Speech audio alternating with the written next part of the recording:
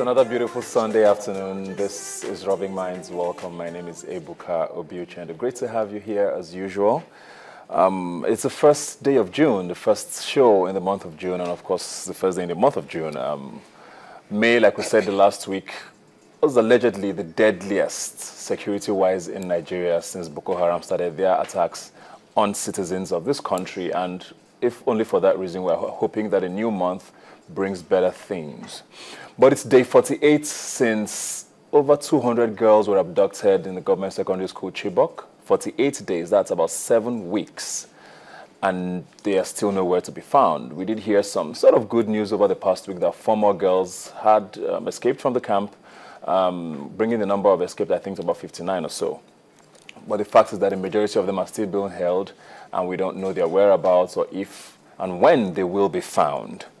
A lot of conflicting reports just come out this week when the Chief of Defense Staff said that the military knew where the girls were and couldn't go in simply because they didn't want to cause any harm to their lives, which of course makes some sense, but a lot of conflicting reports as well, considering the fact that most people are not sure if the statement is true, where the girls are, especially since our foreign partners who have come in to help in the search of these girls have said they cannot clarify or verify that claim that they know where the girls are. But whether that was said to sort of assuage people's fears or if it's actually factual, we don't know. We just hope that it is true, and we hope that this new month and the new week brings good things for these girls, and we do have some sort of closure to what has become sort of a bizarre story in Nigeria's history. And speaking of security, since these 48 days that these girls have been released, at least 500 Nigerians have been killed by the Boko Haram sect. So even more people are dying with regards to this whole issue, and it doesn't look like things are getting any better. In the past week alone, we did hear about an incident where 3 emirs, the emirs of Goza, Uba, and Askira, were traveling to the funeral of one of their colleagues, leading to the death of the emir of Goza, Alhaji Idris Atimta. We don't know how that happened or why that happened, but we do know that he passed away and he was shot apparently. And that's another chapter, being added to all of this drama. Of course, a lot of villages have been attacked in the northeastern part of Nigeria in the last 2 days. Things are just getting there's really no sort of headway as it seems so far. And we don't know where all of this is going to lead us to.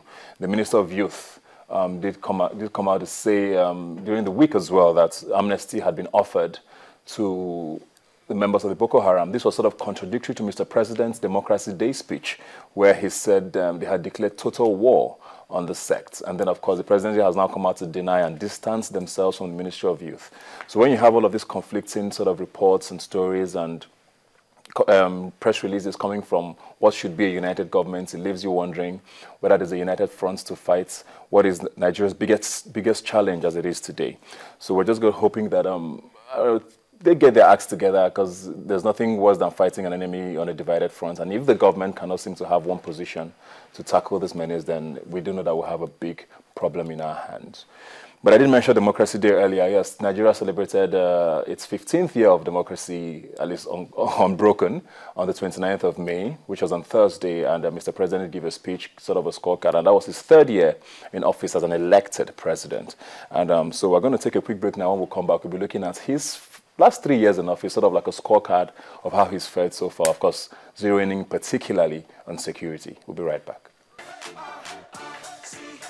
Welcome back. Now, it's been 15 years, like I said, since Nigeria sort of came back to democracy in 1999, and we did celebrate, even if low-key and in mixed ways across the states, on Thursday. And it's also 3 years since Mr. President Goodluck Jonathan became the elected president of Nigeria. He has 1 year to go before he gets either re-elected or whatever the case may be. We'll find out next year. But I have here with me Tunde Leye. He's a writer, and we're going to be talking about, the last 3 years under President Goodluck Jonathan, doing sort of a review of his time in office. Thanks for being here today. Thank you for having me. Now, we can't do all of this without starting with the big elephants. I don't even know whether he's bigger than an elephant in the room, which is security, and how, things have sort of gone downhill. When this president came into office, it looked like power would be his biggest sort of thing to tackle. I mean, it's still a big deal, but security has taken over everything. I mean, the last, I don't know, month or two, I don't think I've talked about anything here besides that, because it's such a burning issue. It doesn't seem to want to go away. How would you score Mr. President so far? On security, I think I'd score him really low. That's the truth of it. There's a way you deal with security threats. There's an urgency that needs to go into dealing with security threats that we haven't seen with, you know, the way the president has dealt with all of our security threats. We have a situation where the president reacts late to incidences, occurrences of security breaches. We have a situation where what he says when the security breaches happen sort of give you an impression that this is not being taken as seriously as we want it to be taken. I mean, when you say things like, we will get over this, when there's a security breach and people have died, then it tells you that there's a challenge with the perspective. And then we have a situation where the presidency and his aides around him assume that these security challenges are political, are opposition, and all of those things. I really do not know if that is true, but you're the president of the country. I liken this to the case of you have an MD that is put in a bank or in an organization, and the organization is in distress. Within that organization, you have people that are opposed to him being the MD and have made up their mind to make sure the organization will not work. Now, when you go back to give reports to your board, you're not going to go there and start telling your board that the reason I couldn't turn around this organization and make it work or bring it out of distress is because there were some elements within the organization that didn't allow me to work. That's not how it works. Against me. Exactly. That's not how it works. If you're the MD, you're expected to take charge and make sure every aspect of the organization works. And so if you're the president, if there are people that are making security is, like you said, you know, we thought it was power that was going to be the main issue. But security is something that once there's a security challenge, every other thing, once you're not sure you're going to be alive at the end of the day, I mean, every other thing just takes a back burner. And that's why on security it was called presidency law. Today, people are not confident that they would go out and come back home alive in parts of the country where the president is the president. Yeah, you mentioned something there about the slow response, and I know I was reading the papers this morning, and there was a headline attributed to the former president of Olusegun Obasanjo saying that, Mr. President, with particular reference to the Chibok girls who were kidnapped, that he initially did not believe that the girls were kidnapped, which was why he didn't respond, and it took him 18 days to actually believe and start acting. He said if Mr. President had acted at least 24 hours after he got the news, that the girls would have been rescued. Do you think this has been like a repetitive sort of scenario over the course of the last 3 years? You know, when you have a paradigm through which you look at something, it affects how you look at the specific instances of that thing. So there's a paradigm, like I said earlier, that this government looks at these occurrences through. This is an opposition attack on me. Some people have said, we'll make this nation ungovernable and all of that. And so you have to, it seems you have to get the presidency from the position where they feel this is an opposition thing to a position where they see this as a Nigerian thing before some actions and some steps begin to be taken.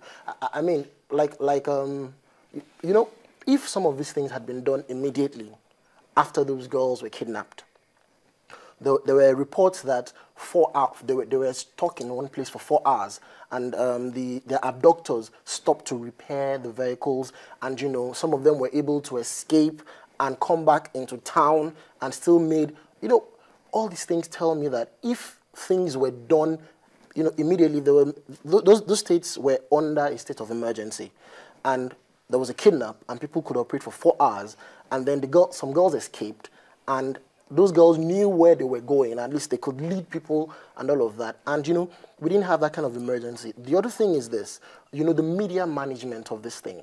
And the operative word in this thing is management. From what it looks like, it took how many days before we heard from the special assistant to the president that the media center had been set up. And from events after we got that information, it doesn't look like there's a media center.